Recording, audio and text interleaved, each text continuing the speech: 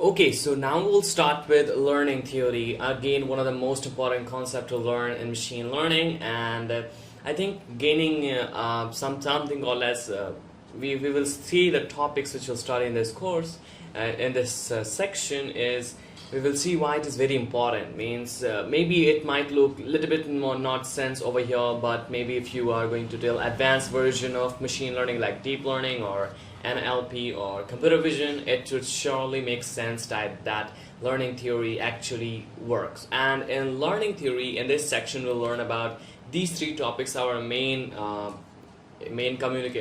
talk onto this, like bias and variance trade-off, and then we will move on to approximation, estimation, error. Then we will move on empirical versus minimization, and this will be our new concept. These are to just a definition, just a problem framed, okay, just a definition which is needed, because in many of the research papers they have listed empirical risk minimization or approximation estimation error. The reason why they have maybe some in history they might have different choices. Okay, so we will study we will just see the definition of this, and it will surely make sense. But if it is not, please be sure to ignore it for now, continue with this course, and you feel free to come again. Okay, you feel free to come again and then watch this two concept, because it will surely make sense. Okay, so let's start with bias and variance. Okay, so in bias and variance, here we will study about bias and variance trade-off, and here is your warning. Warning is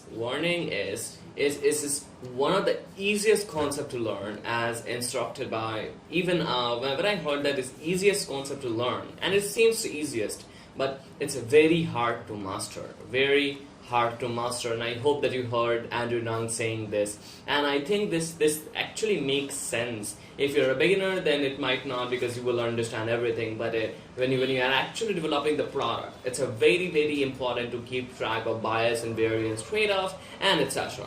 Okay, so let's start with bias and variance, but before that we are going to recall our two problems, which is my favorite, overfitting. Oops, not my favorite, it's an overfitting and underfitting. Okay, so here is my favorite diagram from the Google. So here let's assume that we have a time in x-axis and values in y-axis. Okay, so maybe some kind of problem. Okay, so here you have these data points, here you have these data points, and what you do, you just fit a straight line. Means a simple linear regression, simple linear regression. Okay, you just fitted a simple linear regression, which is just theta 0 times x0 plus theta 1 times x1. Okay, so, plus theta 2 times x2. Okay, so here you just assume that we have fitted a straight line using a linear regression. Okay, but you can see over here that it is not performing well on the training set. Also means this is my training set, so it is not performing well. The residual error or the cost function will be very high. Okay, the cost function, which is j of theta, which will be very high in this case. So we call it as an underfitted. Okay, so the major problem that make this problem occur is that we have a low amount of features,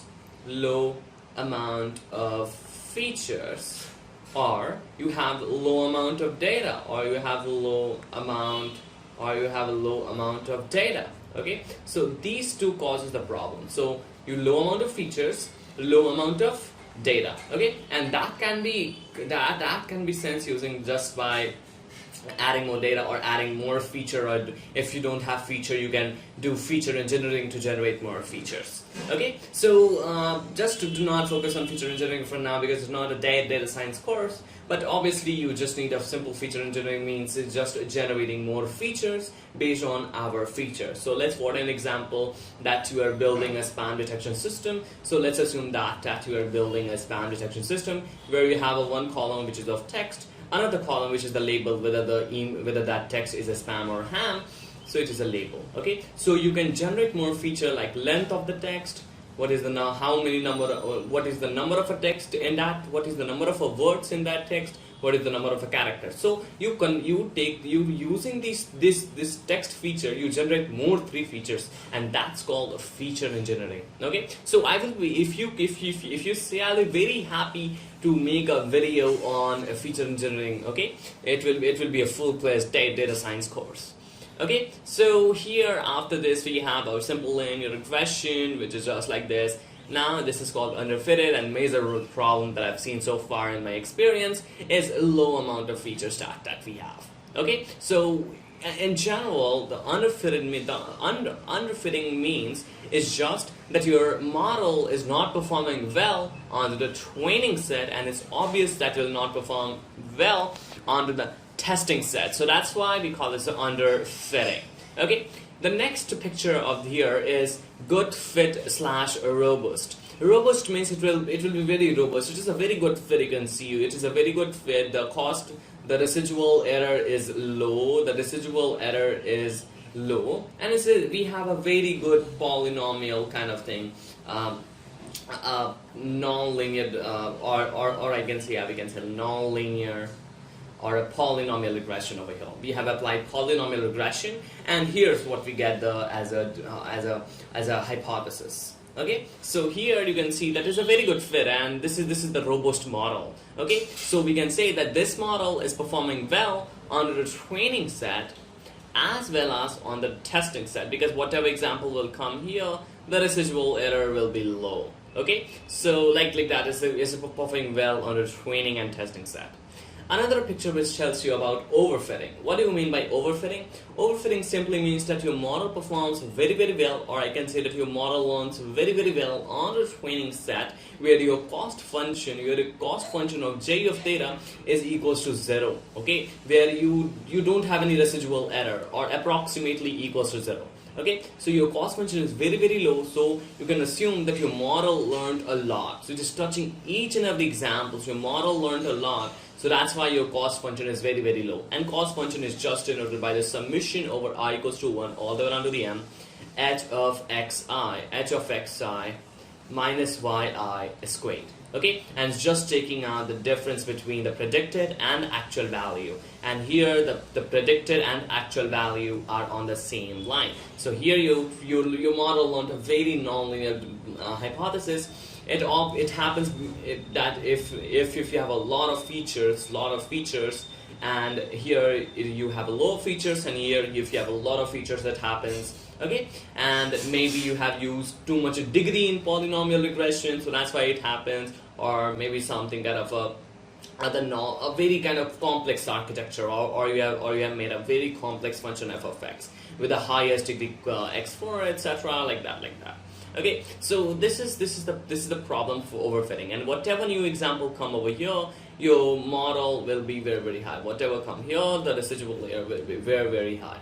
Okay, so your model will fail to generalize well onto the new training examples. Okay, so in general, overfitting means that your model perform bad, or again say your model perform very, very well on the training set, in which your cost function is low, is equals to 0, which is actually good, but you may think it is good, but just wait, that your testing set error is very, very high.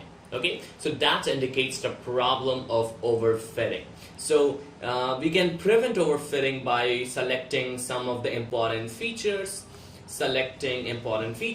or regularization. So regularization is just an advanced version of selection of features. So let's see what it does. Okay, so I have already told you about regularization now in our regularized linear models, and I hope that you understood that. Okay, so now we will see the bias and variance trade-off by taking a look at some scenario of your model. Okay, so let's assume that you are building some model. Okay, so you are building some model, and your model gives 1% error on a training set. So you have one training set like this, and you divided this training set into training and evaluation set. So you have this whole data, and you divided this in training and evaluation set. Okay, so what you've done, you've taken a 1% error on the training set, 1% error on the training set, which is if you see over here, 1% error on the training set and 15% error on the evaluation set. So you can assume that your model is, you can see that your model is overfitting because your error is very, very low in training set, but your error in validation set is actually 15%, which is very high. Okay, according to this. Okay, so it is performing very, very well on the training set, but it fails to generalize well onto the testing set, so it is overfitting. And in this case, we say that the model is having high variance. And we use bagging to reduce high variance, which you will see in ensemble learning methods or sections. So don't worry, you can come back again to this section to watch this. Okay, so this is how you identify if your model is having high variance. Next is that let's assume that your model is giving a 15% error on the training set, okay, 15% error on training set and 16% error on evaluation set. So it is not performing well on the training set. Obviously, it will not perform well on the evaluation set. So it seems to be underfitting. So here it has high bias, and we use boosting to reduce bias. Okay, so this is what I'm saying. And let's take for the sake of an example again example that your model is having both high bias and high variance, where you have a 15% error, which is obviously high variance, and 30% error on evaluation, which is obviously high bias. Okay, so it is both overfitting and underfitting, and obviously it has a high bias and high variance. Okay, the next, our last example of this bias and variance trade-off is your model gives 0.5%, on a training set and 1% on a testing set. So it seems to be a perfect model or a robust model where it's not learned too much on training set. It is a very robust and good model. Okay, here it seems to be a good, so we can say it has a low bias where it has a very small error, and it has a low variance where it has on training set is a very good. Okay, so this is what we consider for low bias and low variance, and all of these we take assumption. Do you know what assumption? Oops, you don't know, but because you're watching, but we take an assumption that base error or human level performance or human level performance is approximately equals to 0%. So what do I mean with this assumption? What do I mean with this assumption? That we take our base error to be approximately 0% in all of these examples. In all of this example. Okay, so let's see what's that human level of base error is. So here you can see that you're going to build some classification model, or maybe the face detection model. Okay, so you have built a face detection or face recognition or real-time face recognition. So your algorithm, even you will fail to identify this person. Even I will fail to identify this person. The reason why? Because it's very blurred, very blurred. Okay, so even a human error, okay, HLP, even a human error will be very high, because he will be not able to identify who this person is. Okay, so you cannot expect that your model should be very great over here. You can expect that your model is your model is also giving the same error as you are giving, because you are also not able to identify, as well as your model also not able to identify. And actually this is here the HLP is very high, or I can say the base error is very high. So we can say that here you cannot expect your algorithm to work best. But let's assume that you have a fresh image, and where the HLP is equals to 0, means human level performance is equals to 0, and you can expect your algorithm performance to be good, because it is the human level performance is equals to 0. So that's called the base error. And I hope that you understood. The next, we have talked about bias and variance trade-off. You can again rewind this video to understand again. But what is approximation estimation error? This is just a definition. So the approximation error in some data is the difference between exact value and the approximation of it, and this approximation indicates your f of x, means the outputted model, the output from the model. So we here your f of x given some approximation, and this is the ground truth, which is y hat. Okay, so difference between these both is called as approximation error. Okay, so here I've taken one example from Wikipedia. Again, it's a scale example, but that's generally mean. I already told you, in cost function you take out the difference between, that's approximation estimation error. Okay, so it's just like this. If the exact value is 50 and the approximation is 49.9, then the error will be 0.1, and that's actually what you do when taking out the error for one training example. You just subtract this. In the regression problem, what you do, you just subtract y hat minus y, and then and you get your answer. Okay, and then you add summation for every I, etc. Okay, so this is what you do, and this is just a definition because you will see a lot in your research papers. Okay, next one is empirical risk minimization. Again, we have seen, so an algorithm receives as an input on a training set S. So I'm going to just make you familiar with this, what I'm saying, that an algorithm receives as an input a training set S, means we get our training set, which is a sample, from the large distribution D. Okay, so we get our sample from the distribution D, means large. We just take out some sample and labeled by some target function y. Okay, so here we have our training set, as well as we'll be having the labels for it, because this is framed on supervised learning. Okay, so here we will be having label as well as the samples for each training example. Okay, and should make a predictor. We should make a f, the predictor, that maps our input variable x, means these features, to the output variable y. Okay, and the goal of this algorithm is to minimize the error outputted with respect to the unknown D. Means now we will feed a new example that a model has not even seen, and your model should be very minimal, or your model should be, or your model error should be very minimal. Okay, so this is what the full definition is saying, and it simply means that we want to come up with the predictor L subscript S H. We want to come up with the L of H with subscript S, where S emphasizes the fact that the output predictor depends on S. Okay, so whatever the output will be, it depends on S, because we have learned the weights, we have learned the W, we have learned the theta 1, theta 2, all around theta n from these S. So that emphasizes, that minimizes the risk or the error, which is called the ERM, which is called the empirical risk minimization. Okay, so I hope that you understood this concept very much clearly, and I really hope that you had enjoyed seeing this section.